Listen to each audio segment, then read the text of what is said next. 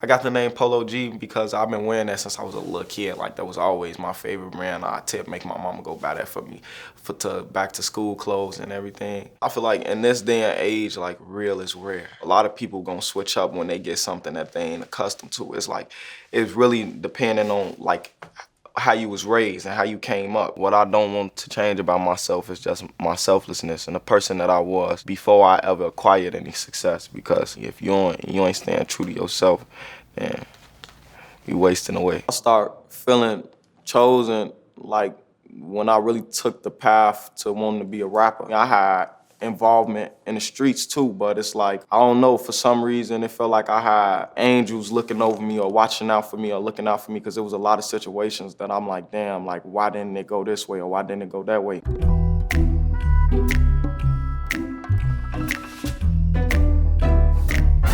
I came up with the Finer Things record while I was incarcerated. I was in Cook County. I was just reflecting on what I go through and, you know, really relating to everybody else who going through the same thing as me, being from Chicago, you feel me, and the streets. And everybody was singing a song and everything. It just made me smile. I'm just thinking like, oh yeah, when I get back out and this touch the streets, this gonna be a hit. I was just sitting in the studio, and my writing process is just like, I just reflect on situations that I've been through and just think about it as deeply as I can, and then just translate it into lyrics. When I was like locked up, every night before I go to sleep, like, I just sit there and just stare at the light and close my eyes and picture me living the lifestyle that I'm living now. It helped me believe like I was closer to getting where I needed to be. When I was making D&D, I was finishing up my album. This is like the last song that I made for my album, and I know I needed something hard. From Die Legend, I made a name for making like heartfelt music and real like sentimental music. So I just wanted to get them something that was real hard, but a mixture of both. I originally made the song when I was out in like Canada, and I had did the acoustic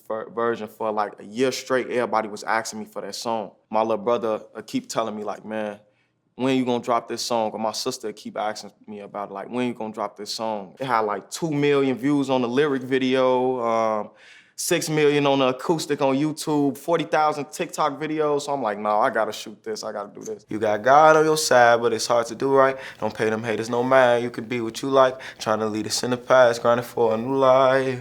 Coming up in Chicago, it's a lot of could-haves or would-have beens. A lot of people got potential and you will overlook your own potential being overly into the streets. When I was in the county, that was like my 5th, 6th time being locked up back to back. And even though it was petty stuff, it was like them sit-downs made me really think, and I had to learn like, yeah, like, this ain't what I want to do because it could get worse. Hard-headed, I grew up resilient. And wasn't no hero, so we looked up to the villains. In every hood in Chicago, you gonna be either respected for being a street nigga, like the dope dealer or the killer, or you gonna be respected for having a talent. It's rare you find somebody with a whole lot of talent, you feel me, that's respected in that way. So we just looking up to the people with all the money or the people who glorify for shooting and stuff. Lately I've been feeling like, fuck the streets, this shit is scam. That street shit, like, I learned it'll just get you 2 things, dead or in jail. People glorifying this, they just thinking in the now, they ain't thinking long term.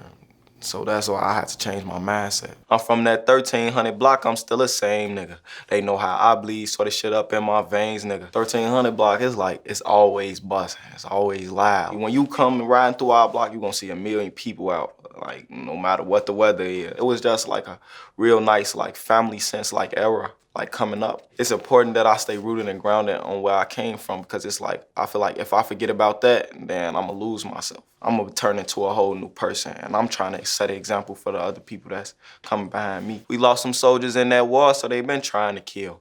I be dolo with my ice on, I've been trying to chill. If you in the streets at all, period, you a part of that war. I don't really go up in the hood no more. Like, ever since I moved to Cali, that made my outlook on life different. Like, I don't want to be in the hood, like, wasting my time now. Cause it's like you will end up getting yourself wrapped up in them situations where it's like you digressing rather than progressing. So it's like, but I'll come there to show my face from time to time just cause I know I got love there. That pain was so unbearable, I almost gave up. First we was broke, but now I'm swerving in that range truck. We was wildin' in them streets and savage what they named us. When there's violence on our side of town, they blame us. For the most time, they gonna speculate that it's us on our side of town if something happened, or not just us specifically, but the people who look like me. The stereotypes impacted me. That's damn near like all was programmed into our head as kids. Like, you gonna be this or you gonna be that, or you are this and you are that. Not you gonna be something great or you gonna make something of yourself. It was just all the stereotypes being placed in our head. My youngest hard listen, ain't playing no games. We really want him dead. He got hit up close range. He fucked up in the head. He wanna see some more brains. On that corner, I can stay about that dope game. My cousin got indicted dealing cocaine. Me giving a broad outline of what go on in our hood on a day-to-day basis. You can get caught up by the police at any point in time. We just got a lot going on in that neighborhood. Story the same, you know, the usual. We die for nothing. I dressed up for too many funerals. I'm tired of coming. The street life ain't what it's cracked up to be. When you in that and you ain't got no other choice, it's like nobody can really save you for real. Like, you gotta pull yourself out of that situation. Ain't no way out of that for real, and ain't no looking back when you really too deep into that stuff. I'm stuck to my feet hurt when putting them streets first. White tees turn burgundy t-shirts. Death come with being in the streets, and a lot of times people just glorify the good that go on in the streets, but it's a lot of the cons outweigh the pros when it comes to the street life. So I was just really giving some people like a vivid image, like what could go down. Still on that same block for those who say they look for me. I ain't sacrificed the shit I lost, it was took for me. Almost went insane,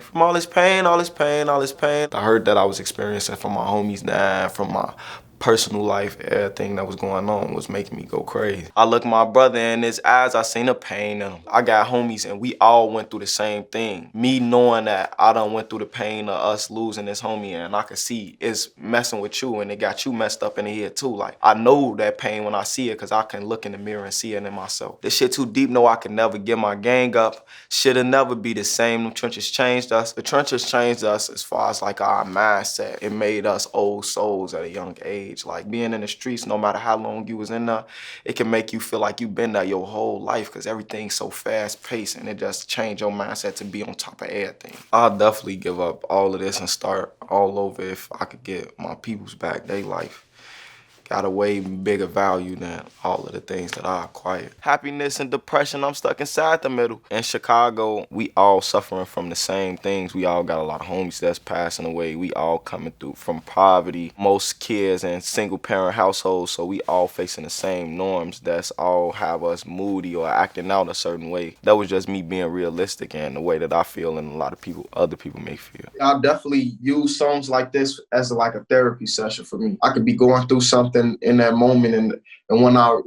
talk it out on the beat or write it down, it's feel like a stress reliever. Make sure I smile in public when alone, my eyes teary. I fought through it all, but that shit hurt me severely. I've been getting high to hide behind my insecurities, taking different pills, but I know it ain't no. I feel like just reflecting on all the shit I've been through up until this point, I overcame a lot of it, but it still fuck with me to this day. Whenever I feel that way, or whenever I'm feeling down, I'ma speak on it in my music just to help the next person get through what they going through. One person I respect a lot is Rollo. He owned his hood where he from. It's like I got plans to do the same thing. He gave me hope that I could really do it. I actually ended up like really looking into the whole thing. Like, I Googled how much my hood worth. Like the project buildings, Marshallfield Gardens, it said it was estimated at $3 million. I'm like, yeah, I'll save up for that, try to buy that. Fighting anxiety, so I kept spending my last on all of the drugs I abused. Down on my ass, they ain't give a fuck about me. I felt like I ain't had nothing to lose. Now I'm on my bag, just trying to run up these millies because I ain't got shit else to prove. When you like broke or coming up, it's just like you be feeling like since you ain't got nothing, like physically or no money, it's like you feel like you ain't got nothing at all. You ain't thinking about like the family sense and how you got all of this too. You just thinking I'm broke or I ain't got it, so it's like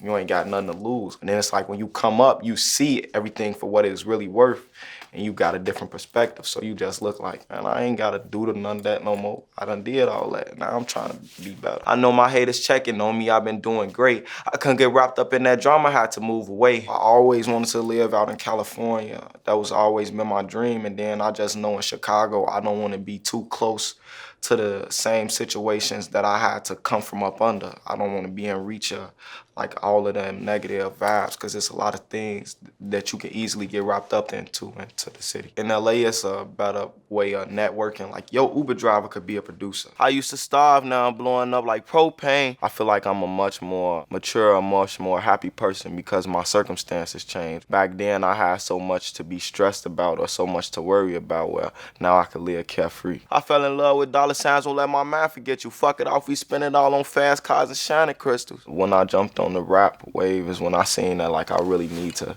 step it up and stay on my grind so I can get rich. That's my #1 goal and mindset. Like, I gotta make it out of here. I cut everybody off, keep hitting decline. I swear these painkillers got me on a deep vibe. Miss the old days, got me wishing I could rewind. Going through the motions of being who I am, seeing the real from the fake, seeing how many people just latching on to me because it's beneficial. Sometimes I wish for a simpler time where I can go outside and only the people that know me gonna walk up to me, like know me personally. But now it's just a stranger, complete stranger can walk up to me and invade my personal space. Just cause y'all rep the same thing don't mean them guys are 100. I come from starving, fighting cases, now I'm flying to London. Coming from where we from, everybody want to be like a hood legend or everybody want hood fame. Some people just naturally gain it and some people go out of their way for it. But when you really be the man on the forefront with all that, you know it ain't all what it's made up to be. I wake up every single day trying to figure out like what's the perfect mindset to have or what's the perfect way to be. I know nobody is perfect, but it's just like trying to